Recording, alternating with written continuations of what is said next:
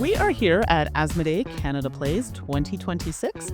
I'm Mandy Hutchinson, one half of Salt and Sass Games. Today, I'm here with Vincent Berry, professor of sociology of education and leisure at Université Sorbonne Paris Nord. We're here to talk about his study on the evolution of gaming practices in France from the 1960s to 2018 and to address the seemingly simple question, are we playing more than before? Welcome. Thank you. Thank you for being here. Yeah, Appreciate thanks. it. I'm very excited to hear this today, and I think many will be as well. So we're just going to jump into some questions. Okay. Perfect. So to begin, let's ground ourselves in the scope of the research and what it reveals. Can you summarize the main findings of the research about the evolution of gaming practices in France between 1960 and 2018? Yeah, that's the question, as you said, was does people play more than before? And in fact, nobody had the answer. So I started to make a study about based on statistical survey in France mainly, a little bit in Belgium too, and in Germany. And my concern was to know if we could say that people are playing more now than 10 years, 20 years ago.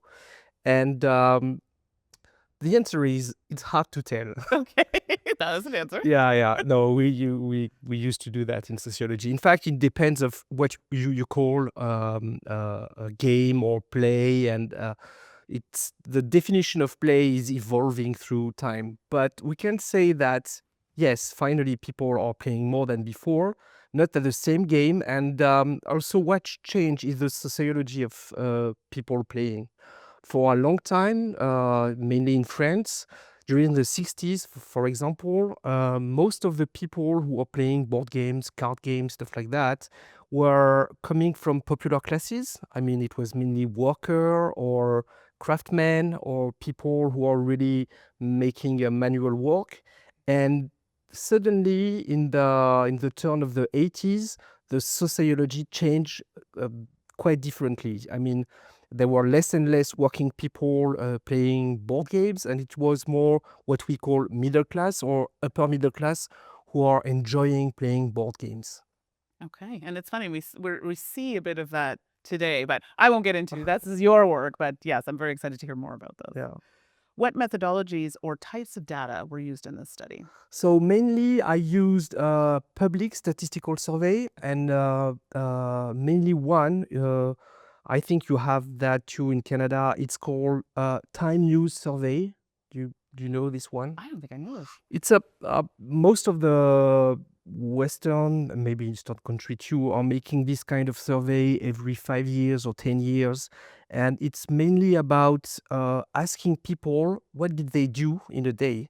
So they have to write on a paper. Now it's probably on the I know, on the computer. computer now, right? Yeah. But for a long time, they had to work. So from 8 to 10, I took my breakfast. I had a breakfast, and so I've started to work on this survey to see when people were playing and what kind of game they're playing, and also with whom they were playing too. Oh, interesting. I see I'm learning things. This is Yeah, great. and the other, so I work on this kind of survey, and it's public survey, so everybody has access to the data. And also, I was interested by studying the editorial evolution of board games. Yep. And then I've based my work on a giant collection we have in my university. Oh, wow. It's called in French le fonds patrimonial du jeu de société, Okay. which can be translated like the archive of board games. Okay. Yeah, or legacy of board games. Okay. And it's a collection of more than 22,000 board games from the 19th century till today. Wow. And so I also, with my colleague, we started to open the boxes and see what kind of discourses there were in the rules, for example. And you can see that for a long time, until the 80s, most of the old game was talking about education, moral education, how to be a good citizen, how to be a good Christian, how Right. to be, and so I also work on this giant collection to see how discourses evolved. That would be so interesting because we've only seen a little taste, a lot of us, 50s, 40s. I don't even know how far back. So it'd be really nice to see how that has evolved. I'm so excited. This is amazing. Now that we have the big picture, let's walk through the key historical phases that shaped gaming over these decades. So the study identifies four main periods of gaming evolution. Can you describe each of these and their defining characteristics? Yeah, I think the first one, I have to remember what I wrote. The first one, I called it a tidy game world. Okay. And just to say that when you look at the 60s and the 70s, it's a really comfortable world for a sociologist. Why? Because everybody is playing a specific game depending on his social position. Right. So for sociologists, like, oh, it's really tidy, it's clear. And so as I was mentioning, so the 60s and 70s are really focus around popular. So when you look at the data, people who are playing more are working people, mainly men. And you can see that the dominant practice setup was playing in a pub. Really? Yeah. I find that And surprising. so I'm curious to know if it's really specific of France but 60s and 70s, people are playing more often outdoor, Okay. mostly men in pub, sometimes on the workplace itself, Okay. just like playing cards, playing dices. And you have some play practices at home where you can see more women and playing with the kids, but it's less important than this uh, outdoor Right. board game play. Yeah, so that's really characteristic of the 60s and 70s. Right. Yeah. And I'm actually, as you're talking about, I can see Yeah, it in my and what's funny that when you look at this period, playing in a pub with friends, and when you're a man, it's the most important kind of play. And when you look today, I don't know the situation in Canada, but I think it has a success too. But in France and mainly in Paris, you have what we call café jeu. Yes, like the board game. Yeah, Yes, yes. and it's a quite different sociology, and Absolutely. it's mainly educated people, young people, and a kind of mixity in terms of gender. And also, so that's funny how during 40 years things have changed. Yeah, Yeah, but they're still in that kind of not outside, but out of the house yeah, setting. exactly. Oh, I never even made that tie. This is great. Oh my gosh, I don't think you understand how excited I am to hear about this. This is wonderful. So I'm hoping everyone is just as Yeah. excited as me. So the big shift is the 80s when this landscape is changing a lot. Right. So less and less people are going to play in a coffee or in a pub, and people are starting to play more and more at home.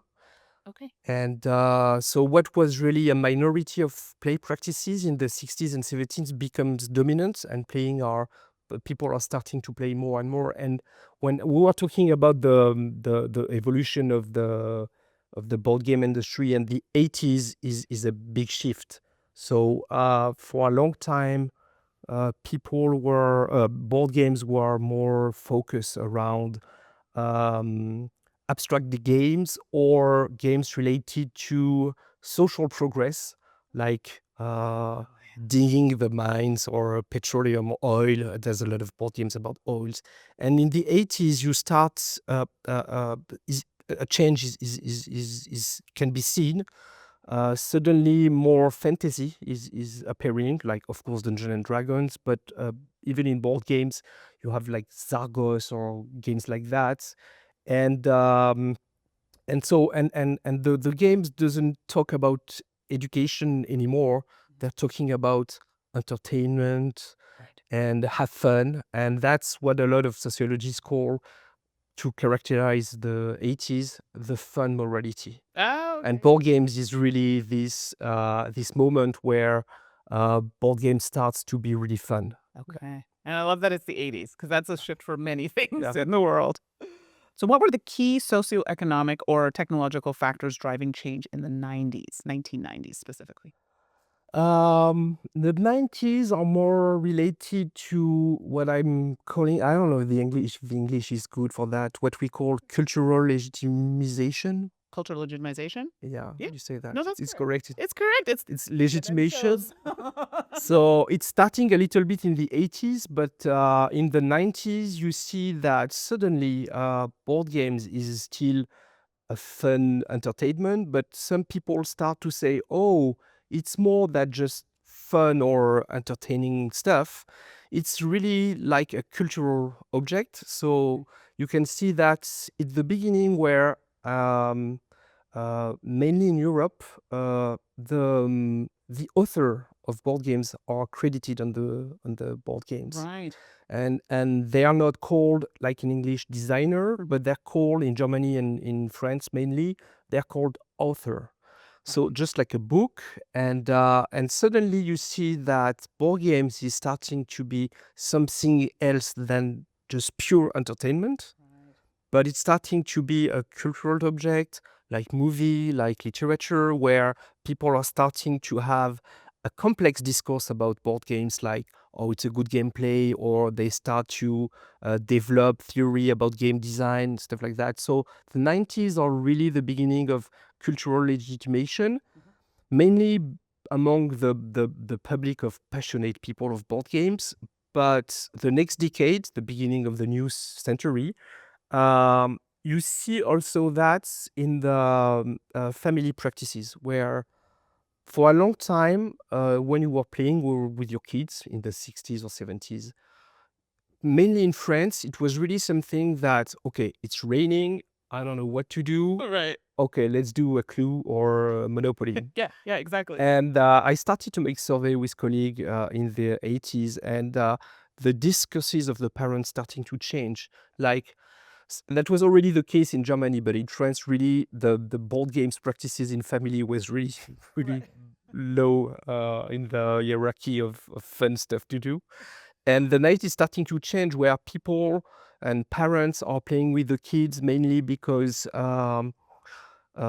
it's an interesting things to do in at the family. And with the development of video games, it started to be a time together out of the screen, out of the computer. And so he gained, board games gained a new kind of cultural legitimacy. Right. And as you were saying that, I'm like, that's exactly, I thought of my own family, Yeah, right? yeah, The same okay. thing, away from the screens, Okay. family time. So That's reassuring. Thank you. no, it was great. I love it. So how did the 2000s and 2010s witness both the massification of video games and revival of the board games? I know you Yeah. touched on it. Did you Yeah. want to add any more to what you said? No, I mainly talked about board games here. Tomorrow in the talk, I will talk a little bit about video games, but we know a lot of things about video games. It's really well documented. So we know that at the beginning of the 2000, it started to be an hegemonic, we say hegemonic, Yeah. Yes. cultural practices, mainly in teenager. And since it doesn't grow, I mean, when you look at the data of video games, it started in the 80s, and it increased quite fast. In 20 years, it was, most of the people. And now what's changed is that people playing video games are more and more old. And so they don't play as often as the young people, Right. but they keep playing. So what's different with the board game is that people start to play board games when they are young with the parents. It disappears when you're a teenager, and there's really few practices amongst teenagers. And when you go back mainly to university, it's starting again, and you still have a regular play practices. Instead of that, video games is really decreasing, and board games is still regular in the time of your life. Right. I think a lot of us, including myself, hearing you, that Okay, literally was my okay, arc. okay. So I'm I going to- appreciate that. And sorry, does this include RPGs, or is that a Yeah, it doesn't include RPGs. RPGs? But RPGs and each time I'm talking about you mean like Dungeons and Dragons? Or Yes, something like this. Yes. And it's still regular in your life, and but each time I'm saying it's so niche that and people are passionate about. And no, that's not niche. It's a big place in my life. I say yeah, you're right. But in France, at least, it's around 5% of the population, maybe less, Oh wow. than playing at least one time in the year.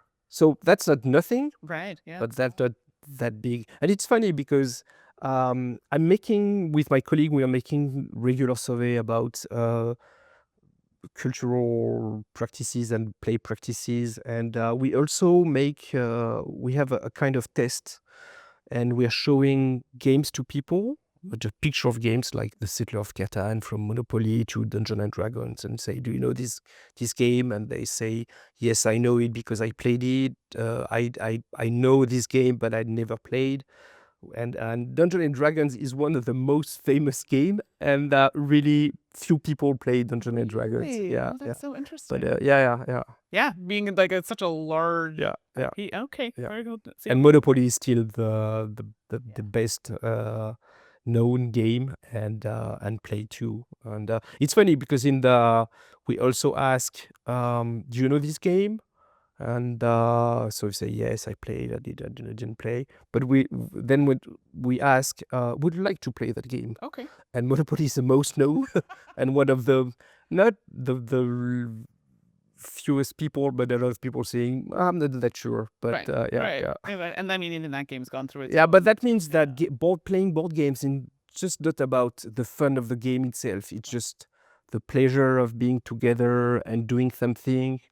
And it's not a big deal if the game is not that good. And yeah, It's yeah. the experience. Absolutely. Well, let's shift from the timeline to cultural and social leanings behind these changes. Yeah. So you talk about a shift in cultural legitimacy. Yeah. What does this mean in the context of gaming? That means that people are ready to die for a board game. Oh, whoa. No, that means people are really ready to defend their leisure activity as a really important activity, which was not really the case maybe for chess for a long time, but Right. for few games. But now you can see that people are ready to defend the value of their board game. They can defend the quality of an author, or the saying that this author is really. And you can see also something that was not the case 20 years ago is the importance of game prices in Yes, the industry. absolutely. And for a long time, I've checked with the sales or the how people did people play this game. But when you have, so in France, they have the international, for example, they have the international price of Cannes. Yes, Ken. Yeah. Yes. And for a long time, it was just a label, and it was working in the community of people passionate by board games. But now it has a really impact in the global market. Right. So this legitimacy that the board games gain in the 90s is increasing, and that's really the guideline now. Yeah, yeah. How have games evolved from being socially segregated activities to fully recognized cultural goods? It's mainly because, and that's a really sociological effect. So, as I was saying, for a long time, mm, card games and board games and traditional games were mainly played by the popular classes. In the 80s, we talk about the 80s like a fun decade, which in a sense it was. But that was not really, I mean, for the French situation, but was not really the case for the popular classes, Okay. because it's the 80s are the moment where industry in France collapsed. So the worker are decreasing and more, and with the decline of the working class, the gaming practices to decline. And you see that it's so this moment is where a kind of young people in the 80s starting to play board games and saying, oh, that's fun, and then, oh, that's really interesting, we should make that as a cultural practices, and they're really good to defend. So when educated people or middle or upper classes starting to make a leisure as a regular activity, they're good to defend their activity as a good one, not entertainment. Right. Yeah. Exactly. Oh, yeah, I could definitely see Yeah. that. What role do class divisions still play in gaming practices today? I know you've touched on it Yeah. throughout, but Now, you still have, so when I'm talking about the decline of popular gaming practices, that doesn't mean there's none. It's just that the division is about frequency and also about the kind of game you play. So when you look at young people from popular class, they are mainly playing traditional board games, like in French is les petits chevaux, Ludo. Ludo. Yeah, I was going to say Ludo, horses where because you it have has horses horses. on it. Yeah, Yes, yeah. it has the four. Yes, I know. Yeah, exactly what you're talking Ludo about. or card games, some traditional card game, and what we call modern board games. Yes. It's mainly played by a kind of bourgeoisie or little bourgeoisie. Okay. And the social division is not just about playing or not playing, it's more about what kind of game you play. Okay. Yeah. And this still Yeah. happens And today. and the division is to the cultural aspect of the board games. So when I was talking about in the 90s, parents starting to play with their kids Yes. more because they think that it was a good thing to do. And the social division is really in terms of family practices around that, when and mainly the mother, and she's most of the time at the initiative of the board games. Right. And more she has diploma, and more she's thinking that board game is part of good parenting. Okay. And so doesn't mean that popular class have no, but they think that they are gonna be more about making your homework or reading. It's gonna be good for your future. Right. And now in middle upper classes, parents are interested by making their kids play board games because they think that it's gonna help them maybe in those future endeavors. Exactly. Or building on those skills. Yeah. Okay. No, that's great. And I could definitely see that. Okay. Absolutely. In what ways has gaming influenced or reflected broader societal and cultural transformations? So when you look at, as I was mentioning before, when you look at the evolution of the contents of board games from the 90s to so as I was saying, that from the 90s to the 80s, the most of the content were related to moral education and also to a certain view of social progress. So you can see that in the 60s or 70s, a lot of mainly French board games, but also German board games were related about uh, cars, exploiting oil, and developing. So you can see through the games that society was believing in the future, in Right. the progress and the technical progress. And with the 80s starts the fantasy, but also some games about nature, ecological problem, also some political issue like democracy, communism. And you see the 80s is really focused on playing with different political system. Right. So and when you look now, the recent production, it's mainly about cooperation a lot, and about nature. About we have to save the nature. So the board games is just like a lot of cultural objects. Is carrying with him a lot of social representation we have, and it really follows the evolution of society in general. Oh, absolutely. Yeah. I can absolutely see that. Yeah. Your work also raises some important analytical questions about how we interpret gaming practices.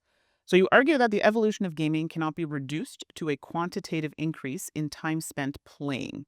Can you explain this statement? I'm not sure what we're saying about that, but I think that uh, for a long time I've worked just on a statistical survey, and it can gives you a sense of evolution, general evolution of what kind of game are played or not, etc.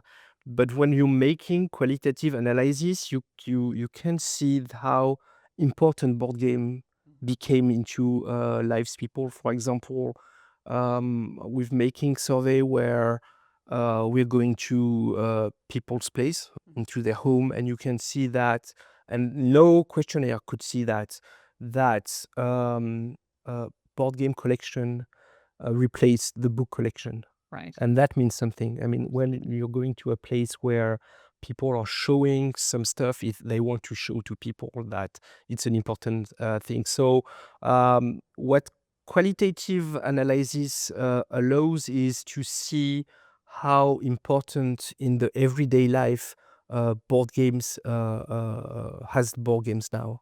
Right. Yeah. Okay. Yeah. That's great. I love that how you're talking about the change. It's funny, as you're saying this, I'm like, yeah, I used to have tons of books. Now it's Yeah. all board games. In the study, we asked how many board games people have at their place, and Right. it's around 10. That's But with, I don't know the English for, we say in French, écart type, so you have the average, and then you can see how it's distributed, and you have people with 1,000 board games and people with 2. yeah, but 10 for an average is Yeah. high. So, okay, things have changed. So, how might this socio-historical approach inform future studies on digital or non-digital play? I think that for a long time, at least in the scientific field, board games was interesting no one. I mean, all the credits and the funds were really about video games because Right. it was so obvious that Absolutely. something is happening. And so the when I was talking about the 90s, it's also the beginning in the scientific and the academic field where some department of game studies appeared, and with people just like me who are paid for making survey, and but mainly when you look at the beginning of the game studies development, it was mainly about video games, and for a long time, video games eclipsed. To say that eclipsed the rise of the board games because the industry is so much bigger and you can clearly see around you people playing. But at the beginning of the new century, and mainly and probably after COVID in Europe, where the lockdown, Right. people played a lot of board games, and after the COVID, it people played a little bit more. Yes. And suddenly everybody around you started to say, oh yeah, I know someone, he's a big fan of board games, or oh, I've seen people playing in a pub. Right. And the effect is clear now that the board game industry is growing more and more. And the good news for them is that for a long time, there was what we call in sociology a generational effect. Yes. So what was happening, and for a long time, I have no answer to what's going on about board games. It seems like everybody's playing. And so for a long time, my answer was, okay, in the collection, we started to see how many new board games were published each year. And you can see it's after the 90s, it's increasing. So let's say that there were, at most 200 new board games. And at the beginning of the new millennium, it's more than 1,000 board games, new board games published. So for a long time, we were thinking, okay, who's absorbing this production? And you can see that it's amazing how many new board games. So for a long time, there was a generational effect. The young kids of the 80s, they became old, just like me, and they were absorbing a lot of this production. And so you can see that board games industry was mainly focused on a group of people, and then it changed. And the recent data we have is that it's not anymore a generational effect, and the new generation, just like the one before, are starting at the same age to play at least the same amount of time or more than before. So the good news is it's the good news for the industry. It's not going anywhere anytime soon. We like this. All right, to wrap up, let's connect these findings to the present and to the industry today.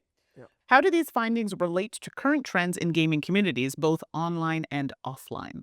Oh, that was your question. Yeah, I think I forgot to tell something before. So for for the long time, I was talking about the game studies academic field, and then for a long time, so video games were the most studied object And now people are starting to make survey about board games because they see that something is happening.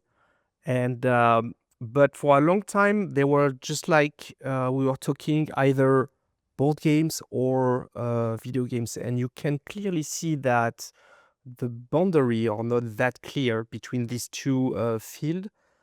First, in terms of game design, I mean, you can see how the industry now is making board games using digital device. Yeah, you can think, of course, and here it's a good place to talk about Unlock. Of course. But there's not just Unlock. There's other games who are using a lot of digital device. I was mentioning the impact of the COVID, at least in France, and during the COVID, some website like Board Game Arena starting to have a lot of so for a long time you can clearly see in the survey that people were playing either video games or either board games, and more the objects are mixed, and the people are playing also on more and more on different